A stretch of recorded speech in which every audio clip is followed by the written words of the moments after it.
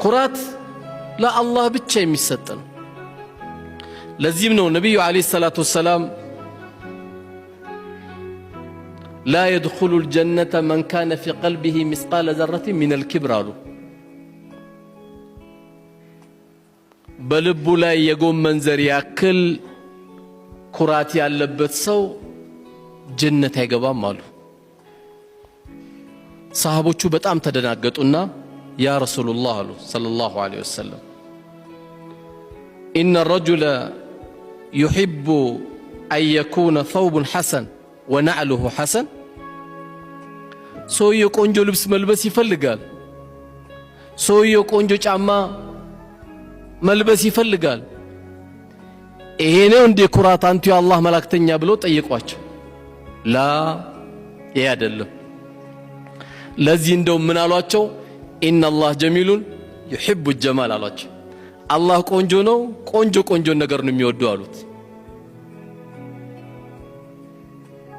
አላህ የሰጠን ጸጋ ማሳየት፣ አላህ የሰጠን ውብ ነገር ማሳየት አላህ የሚወደው እንጂ አላህ የሚቆጣበት አይደለም።